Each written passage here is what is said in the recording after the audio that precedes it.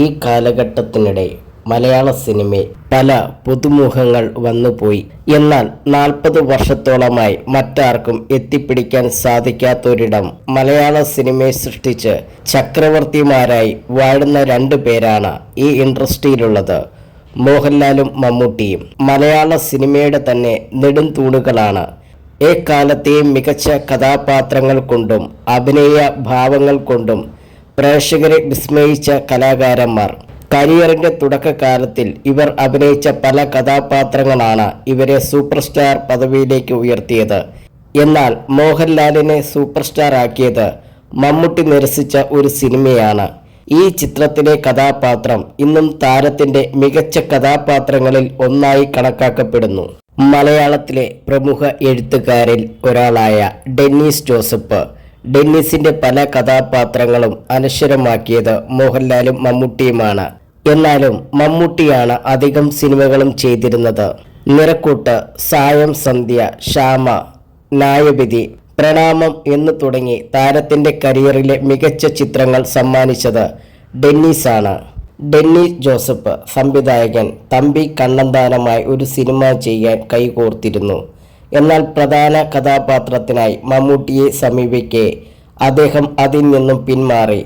മമ്മൂട്ടി അഭിനയിച്ച 1985 പുറത്തിറങ്ങിയ ആ നേരം അല്പദൂരം എന്ന ചിത്രത്തിന്റെ പരാജയത്തെ തുടർന്ന് സംവിധായകൻ പ്രതിസന്ധിയിലായിരുന്നു. അതുകൊണ്ടാണ് മമ്മൂട്ടിയും ആ സിനിമ നിരസിച്ചത്. ശേഷം അദ്ദേഹത്തോടൊപ്പം പ്രവർത്തിക്കാൻ നിർമ്മാതാവും തയ്യാറായിരുന്നില്ല. അങ്ങനെയിരിക്കെയാണ് ഡെന്നീസ് അദ്ദേഹത്തിനായി എഴുതാൻ സമ്മതിച്ചത്. തമ്പി സിനിമ സംവിധാനം ചെയ്യുന്നതിന് പുറമെ അതിന്റെ നിർമ്മാണവും ഏറ്റെടുക്കുകയായിരുന്നു. പദ്ധതിയുമായി മുന്നോട്ടു പോകാൻ തീരുമാനിച്ച തമ്പി മോഹൻലാലിനെ സമീപിച്ചു. ഡെന്നീസിനോടൊപ്പം മുമ്പ് പ്രവർത്തിച്ചിട്ടില്ലായിരുന്നിട്ട് പോലും കഥ പോലും കേൾക്കാതെയാണ് മോഹൻലാൽ സിനിമ ചെയ്യാൻ സമ്മതിച്ചത്.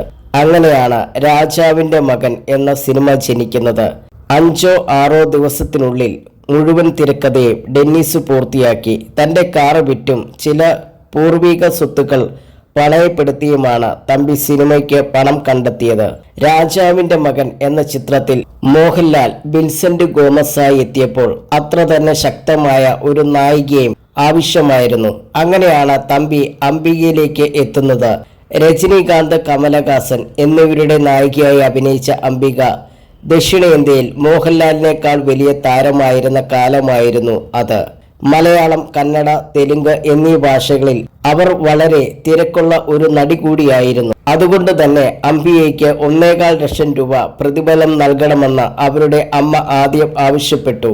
എന്നാൽ ചിത്രീകരണം ആരംഭിച്ച് കുറച്ച് ദിവസങ്ങൾക്ക് ശേഷം തനിക്ക് 1 ലക്ഷം രൂപ മാത്രമേ ആവശ്യമുള്ളൂ എന്ന് അംബിക തന്നെ അറിയിച്ചു. ഇത് സിനിമ പൂർത്തിയാക്കാൻ അദ്ദേഹത്തിന് ആശ്വാസമായി.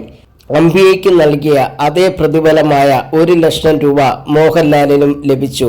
ചിത്രീകരണം 32 ദിവസം കൊണ്ട് പൂർത്തിയായി. ആദ്യ ഷോയ്ക്ക് തന്നെ മികച്ച പ്രതികരണം നേടിയ ചിത്രം മോഹൻലാലിനെ തൽക്ഷണം സൂപ്പർ സ്റ്റാർ പദവിയിലേക്ക് ഉയർത്തി. 40 ലക്ഷം രൂപ ബജറ്റിൽ നിർമ്മിച്ച ഈ ചിത്രം ടിക്കറ്റ് നിരക്കുകൾ വളരെ കുറവായിരുന്നിട്ടും ആ കാലത്ത് 80-85 ലക്ഷം രൂപ നേടിയതായ റിപ്പോർട്ടുണ്ട്. പിന്നീട് വിവിധ ഭാഷകളിൽ ചിത്രം റീമേക്ക് ചെയ്യപ്പെട്ടു. ഈ സിനിമയ്ക്ക് ശേഷം നിരവധി വേഷങ്ങളാണ് മോഹൻലാലിനെ തേടിയെത്തിയത്.